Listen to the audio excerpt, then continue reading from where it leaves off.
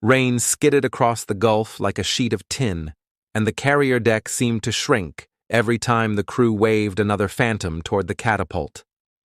March 1965. Briefings were drawn in red grease pencil across folding maps, bridges, fuel depots, radar sites, roads that ran north to Hanoi. The order took a cautious name: Operation Rolling Thunder. It was not a lightning strike, but a program, a ladder climbed deliberately to signal resolve without widening the war. The idea moved from Washington to the flight line through layers of limits. After attacks on American advisors and bases in the South, the president approved a sustained air campaign with boundaries. No strikes near the big dikes, no hits close to the Chinese border, no bombing of docks where Soviet ships might tie up. Every target folder carried rules of engagement, and every pilot understood that the message mattered as much as the damage. The promise was arithmetic: impede movement and ruin stores faster than they could be replaced. The first sorties lifted on March 2nd. The smell of JP-4 and the sting of catapult steam became routine. Targets fell into a rhythm. Barracks near Vinh, yards on the Red River, the bridge at Thanh Hoa that seemed to shrug off iron bombs. Photographers circled craters and guessed at repairs. When a bridge reappeared intact a month later, the order might come down to hit it again because it was important but safe, a phrase air crews learned to distrust. North Vietnam adapted fast. The sky filled first with ropes of gunfire, then with radar-guided batteries and the tall silhouettes of surface-to-air missile sites. The sites were mobile. When crews learned to read the lethal triangle of launchers and control vans, decoys appeared, and the real SAMS slid to fresh ground. MiG fighters rose from bases near Hanoi, struck in short bursts under the umbrella of their own defenses, and dived for the runway before the chase could start. South of the border, infiltration did not stop. It sidestepped. Men and materiel moved down the Ho Chi Minh Trail through Laos and Cambodia, under canopy so thick the jungle looked like a roof. What daylight broke, the night repaired. A shattered embankment became a ford by dusk. A blown bridge turned into pontoons. Trucks dispersed into packets and rolled when weather hid their tracks. For every photograph of a cratered yard, another image arrived, showing fresh tire marks and stacked timbers. Air crews fought an enemy and a plan. Targets were assigned by committee. Some could be struck only once. Others were hit again and again because they were far from anything that might provoke Moscow or Beijing. Bombing pauses arrived with monsoons and with diplomatic gestures. Each pause gave the defenders time to rebuild the network. Pilots, who measured risk in minutes on a run-in, began to call it a war of inches counted in miles flown. Tactics changed with the loss reports. Wild weasel crews hunted radar, baiting SAMS and killing them with Shrike missiles while everyone else held their breath. Flare ships burned the night. Jammers scratched the air with noise.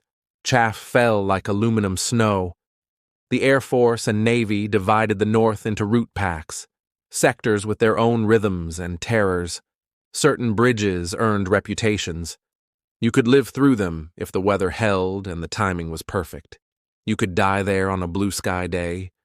Men went down in every way a pilot can go down.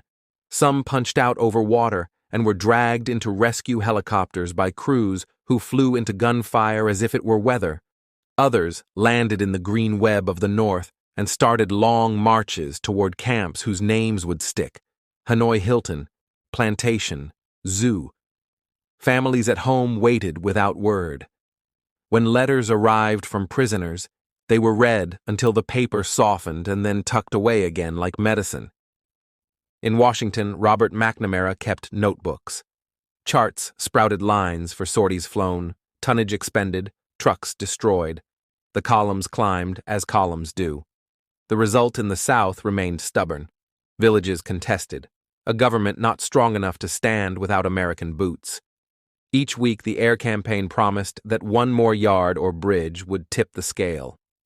Each week, the other side rebuilt enough to keep the pipeline open. By 1966, the North had hardened the fence, guns, missiles, then MiGs vectored by ground controllers. Losses crept up. Answers were technical and brave, smarter ingress routes, better jammers, more aircraft.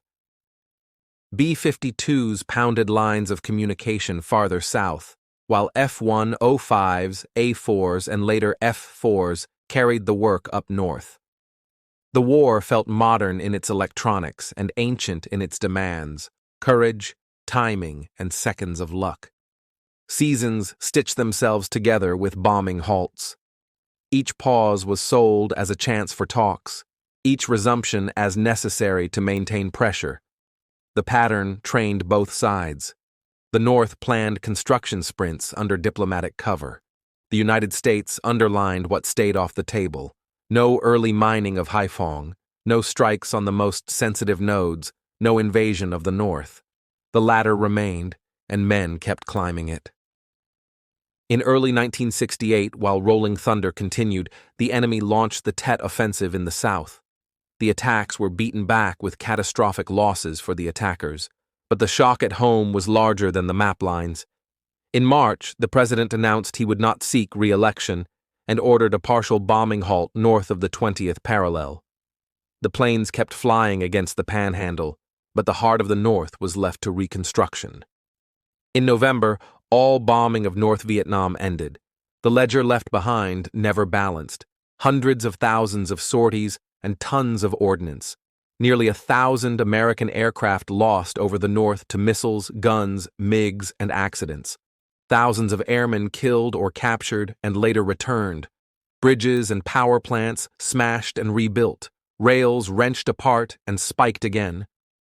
The Ho Chi Minh Trail widened into a braided highway for trucks by the thousand, hidden beneath canopy that looked solid from above. The verdict settled slowly, even among those who flew it. Rolling Thunder punished, delayed, and forced adaptation.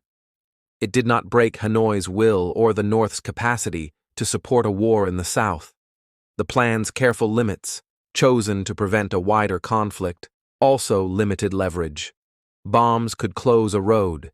They could not create a government trusted by its own villages, or compel a negotiation acceptable to both sides, or fix the mismatch between measured pressure and an enemy ready to pay the price. Pilots who think back remember the human scale more than the numbers. The walk to the aircraft through heat that smelled like hot paint. The quiet at altitude before a missile rose and turned. The debrief rooms that felt too bright. A hand on a shoulder after a call sign went unanswered. And the long returns, years later, by men who learned to live inside a cell and then learned to live outside one again. Rolling Thunder ended, and other campaigns followed with different names and rules. The lesson that lingered is simple and stubborn. Weight is not strategy.